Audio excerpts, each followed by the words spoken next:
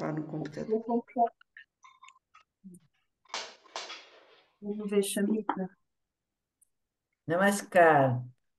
Namaskar.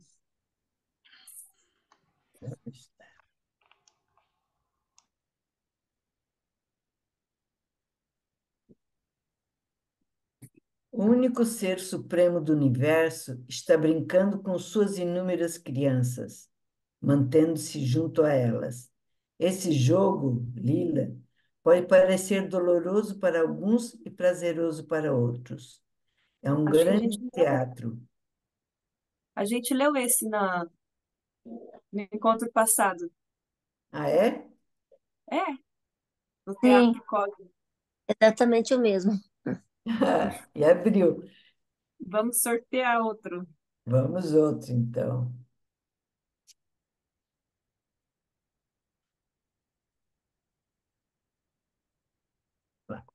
A prática espiritual é a conversão do objeto limitado no objeto infinito. Agora você pensa, esse pequeno corpo está com essa consciência individual é minha. Mas quando você pensa que o imenso corpo universal é meu, então você se transforma no Ser Supremo.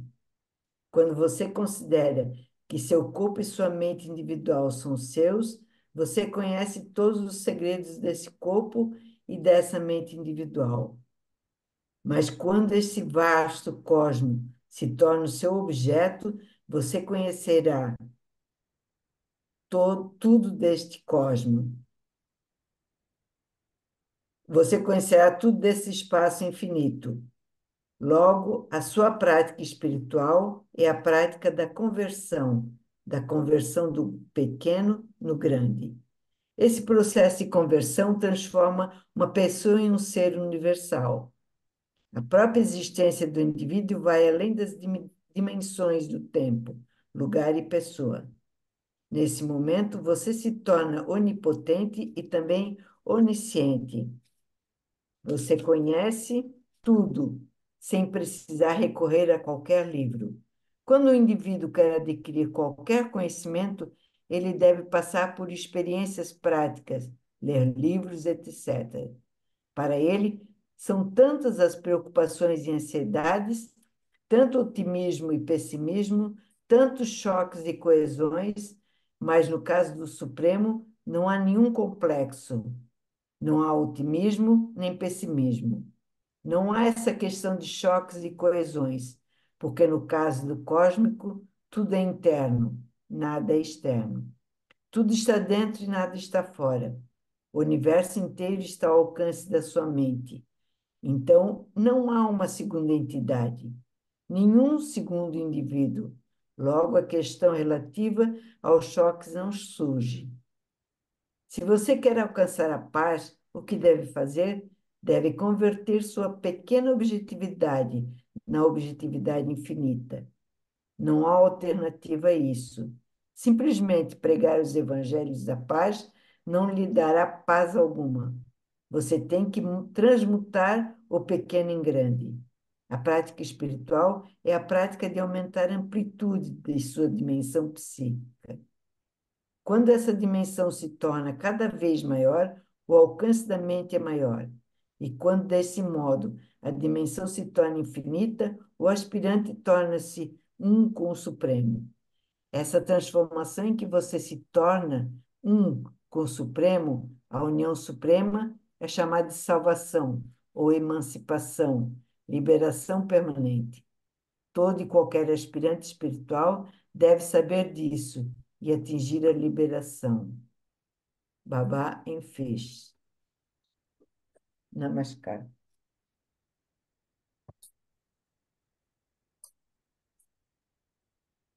Chamita, qual é a página que você leu?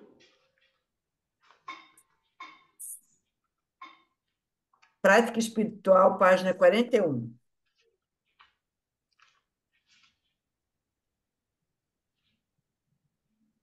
Bom, Namaskar. Eu fiquei ouvindo essa mensagem assim e lembrei de quando eu comecei a prática da meditação, como era, e ao longo desse tempo todo, A gente entra num processo de sutilização de muitos desafios a serem superados, e aí eu consigo dar uma comparada, assim, e compartilhar algumas experiências dessa sensação, assim, desse sentimento mesmo de amplitude, como que tem mudado, assim. E o que mais tem contribuído para gente, para entrar em ter um pouquinho desse vislumbre do que é se sentir infinito, sabe? Então, eu vou falar mais da minha experiência pessoal. Eu lembro que quando eu aprendi a meditação, foi através do Dada Gyanananda, quando ele me ensinou o Baba-Nankevalam lá em Campo Grande, num primeiro retiro que ele foi. E aí eu aprendi, e naquela época eu andava de skate, já era vegetariana, mas eu ainda comia alho e cebola na época. Não sabia muito bem, né, desse cuidado. E aí eu sentava para meditar, meu corpo doía, minha mente era super agitada, eu não conseguia. Tanto que pouco, eu tinha muita dificuldade de estudar, sabe, antes, assim, porque minha mente de tão agitada, eu esqueci o que eu estava lendo. E aí foi. E aí eu me esforcei bastante, sabe? Eu me inspirei muito numa fala do Dada Gyanananda, que ele diz assim que quando ele aprendeu a meditação, ele não sentia nada, né? Ele só fazia o dever dele. Ele sentava lá, parecia uma matemática, a lição de meditação dele. Contava tantos minutos exatos, ficava lá mentalizando lá o mantra, Babanankevalam, Babanankevalam. Quando o corpo doía, tudo quando dava o tempo, ele saía de lá e pensava assim, né? Fiz a minha parte. Aí eu falei assim, bom, vou. Eu falei assim, eu estou fazendo a minha parte também. E assim eu fui insistindo, sabe? Fui insistindo. E aí, nessa época, assim, desse início, um pouco antes, eu lembro de alguns momentos que eu parava no banheiro e eu olhava no espelho. E aí, olhando nos meus próprios olhos no espelho, eu levei um susto uma vez, sabe? Eu falei assim, nossa, tem alguma coisa aí dentro que eu não sou esse corpo, mas eu sou alguma coisa que está dentro aí desse corpo. Me deu uma sensação muito esquisita, assim, sabe? De você estar no momento presente, se observar e você não se identificar com aquilo que tu tá vendo no espelho. Tu entender que tu é algo que tu não sabe, mas que tá ali. Foi bem assustador, assim, uma sensação, sabe? Tipo, uau, que é isso que tá aí dentro que eu não sei, mas tá aí, né? E eu não sou esse corpo. E aí foi essa jornada toda, praticando, aprendendo as coisas ali da Nanda Marga, especialmente da alimentação. Eu fui parando de comer o alho e a cebola, melhorou. Aí já foi melhorando, mas demorou anos para me dizer que eu consegui meditar, sabe?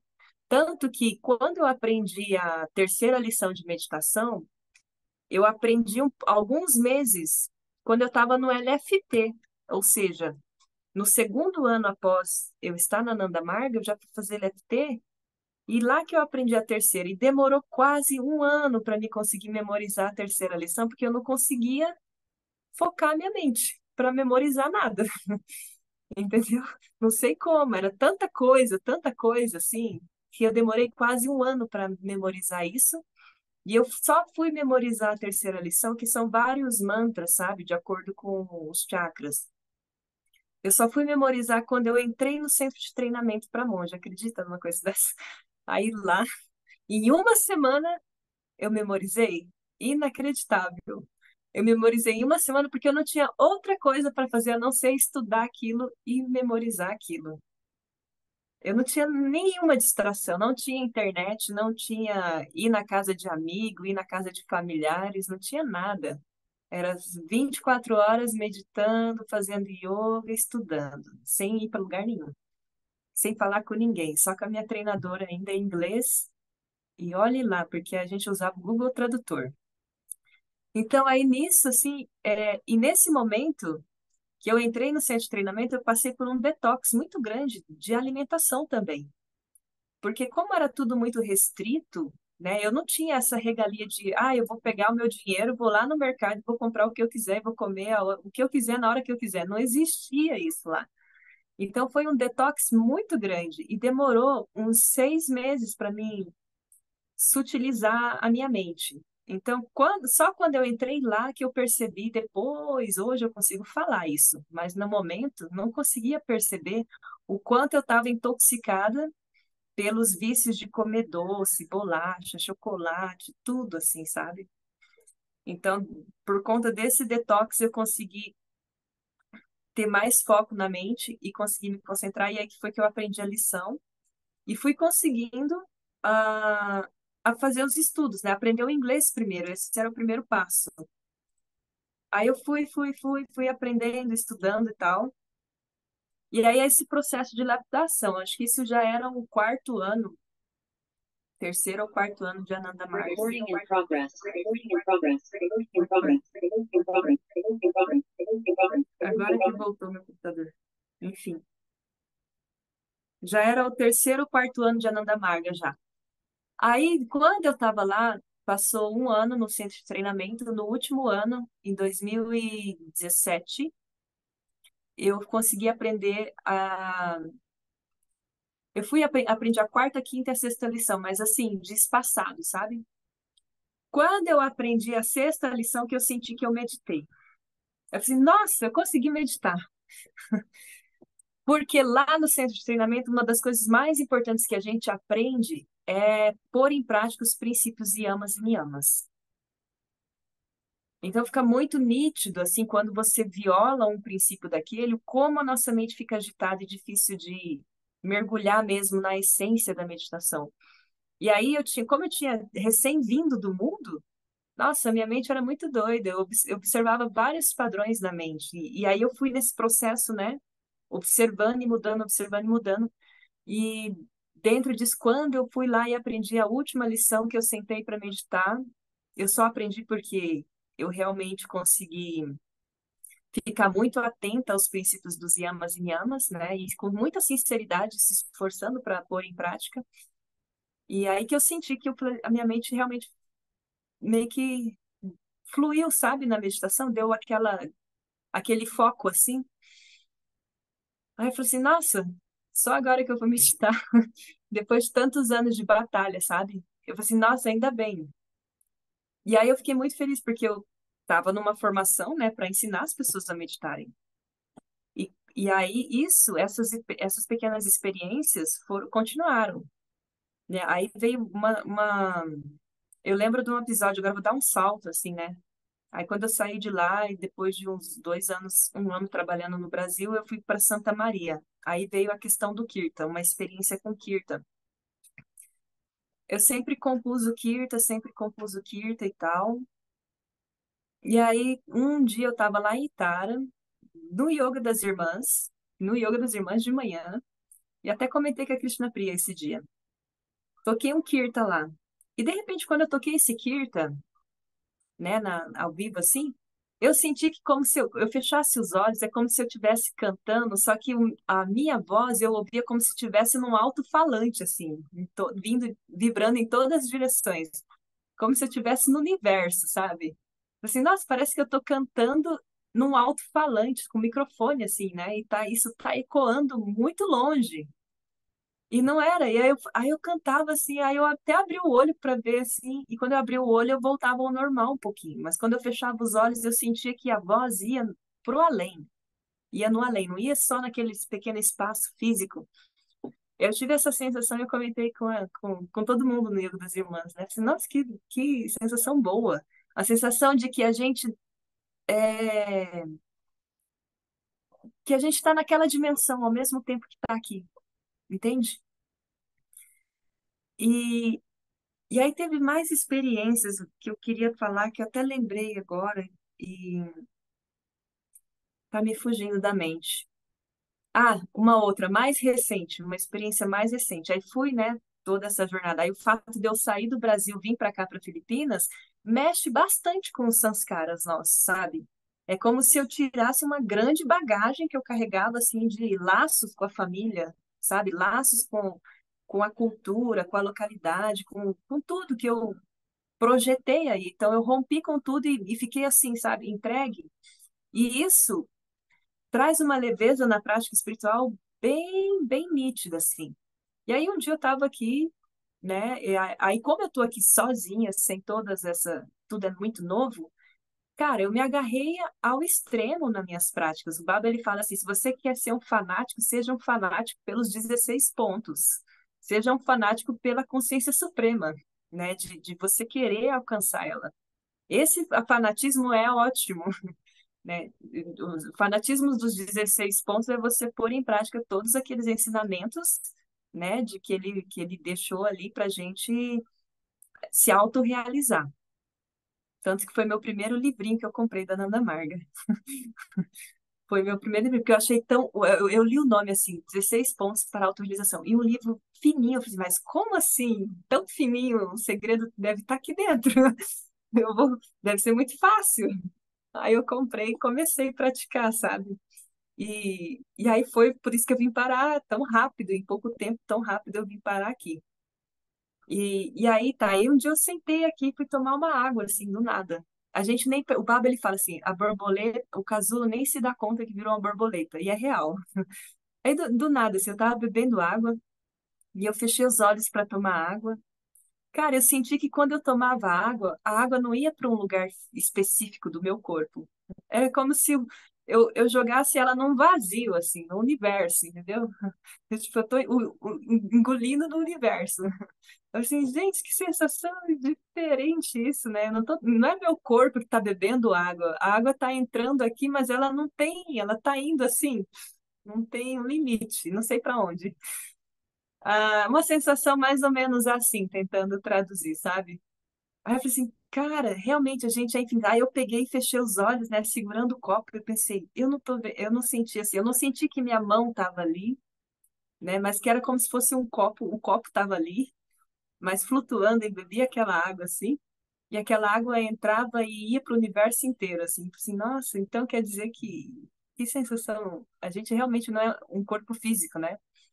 Uma sensação de tu tá no corpo, mas tu é o universo inteiro. Eu tive uma pequena experiência assim, bebendo água, aí foi muito legal.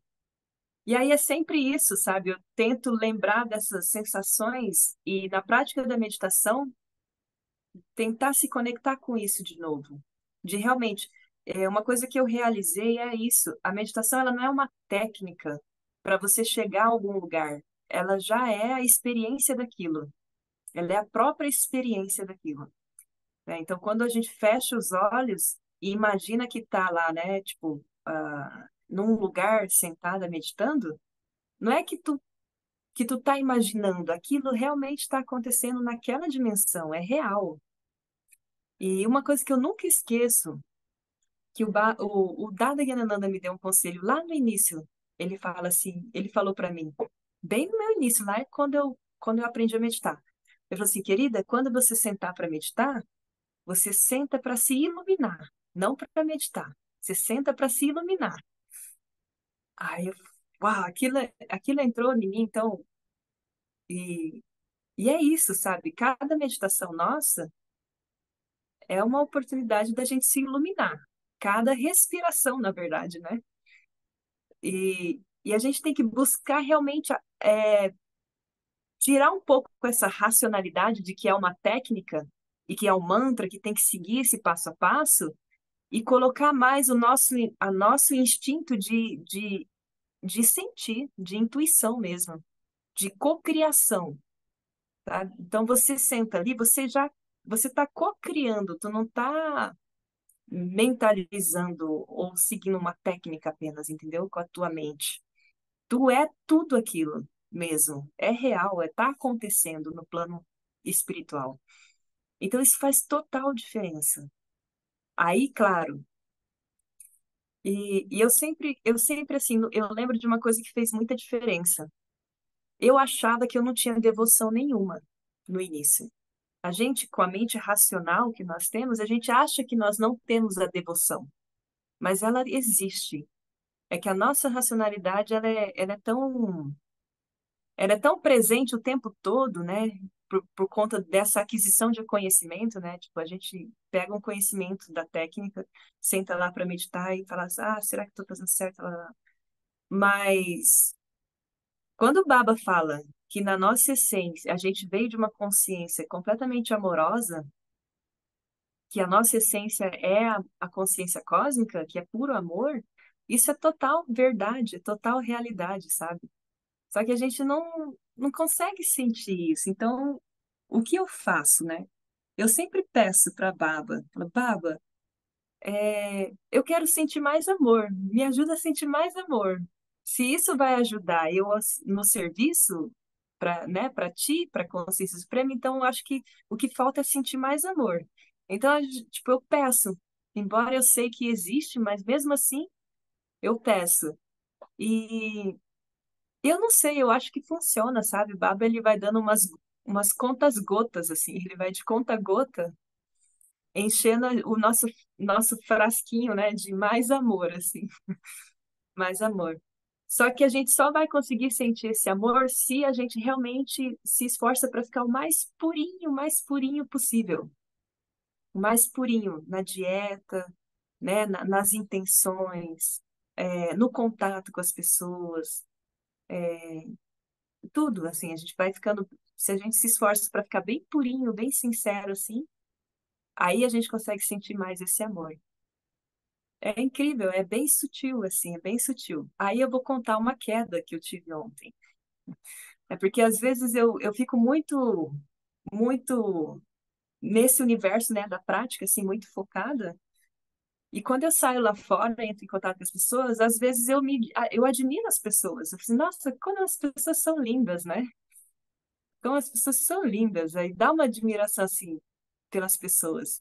E aí ontem eu cheguei, aí eu já tive uma lição nova ontem. Cheguei em casa ontem à noite, antes de dormir, estava de jejum, bem sensível. Eu percebi que eu estou bem sensível porque eu fui assistir um filme e o filme era brasileiro, chama Biônicos. Aí eu falei assim que o que me atraiu para assistir esse filme foi por conta da tecnologia, né, que eles usam próteses.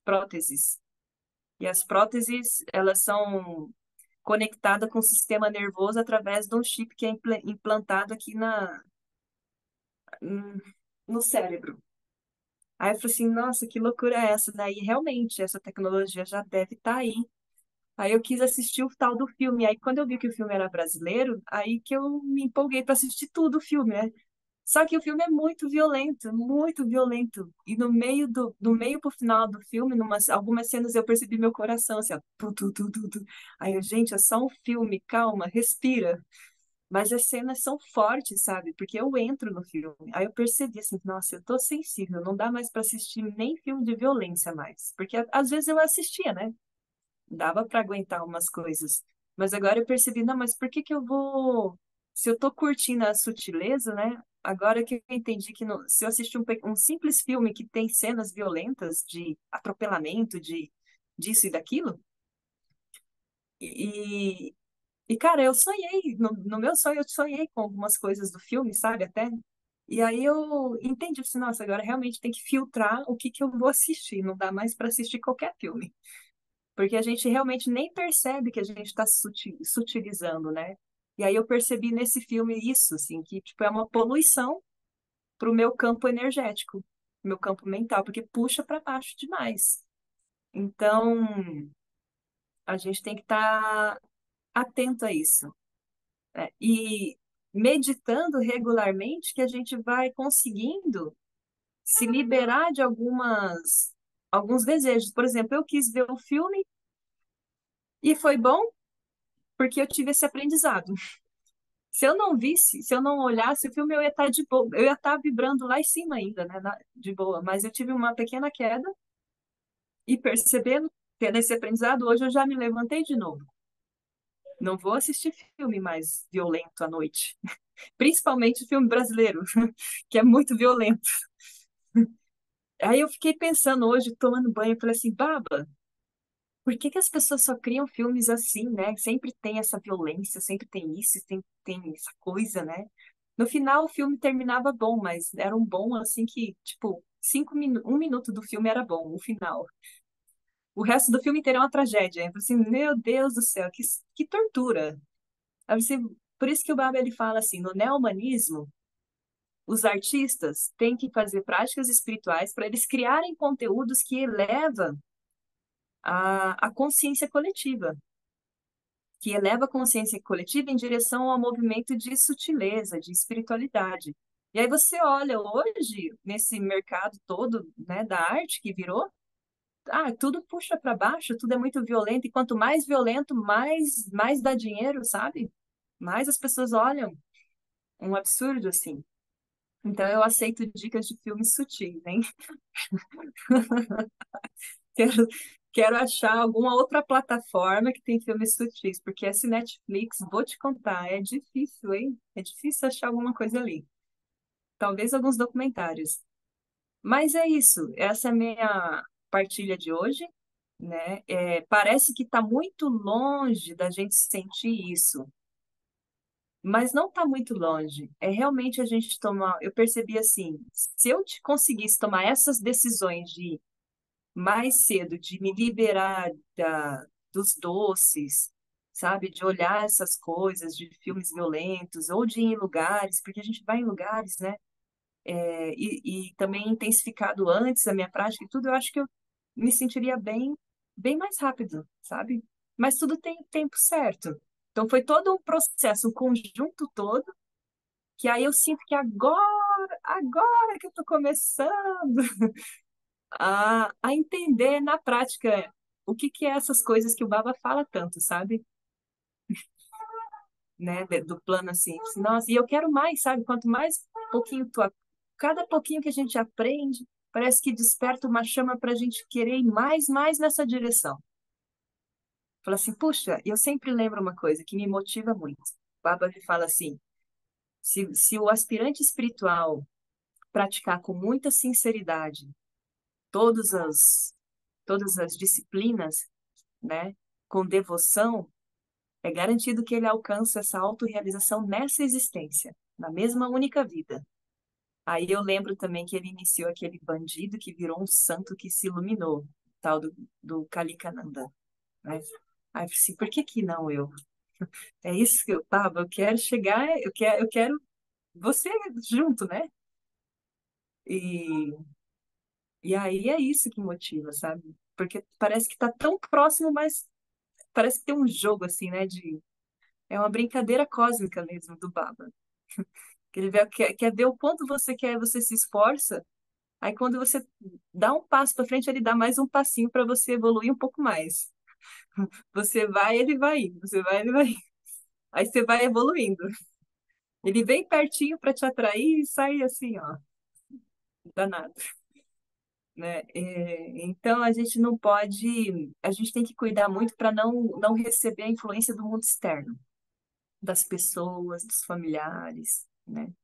E ficar bem nessa conexão, bem agarradinha assim nessa conexão, diálogo interno, essa conexão mesmo com o nosso guru. Porque é através dessa intuição, desse diálogo interno que a gente vai aprendendo, sabe? Onde que a gente precisa melhorar a cada passo. Fala assim, puxa, tu vacilou ontem você tomou um golinho de café. Ah, aquele dia você comprou uma barrinha de chocolate. Ah, aquele dia você, né? Então, assim a gente vai aprendendo e vai tirando as coisas que atrapalham, vai tirando. Vai saindo também da vida das pessoas se as pessoas que nos atrapalham, o universo tira do nosso caminho também. E aí você tem que estar pronto para desapegar, soltar, para ir. Bom, falei bastante. Namaskar.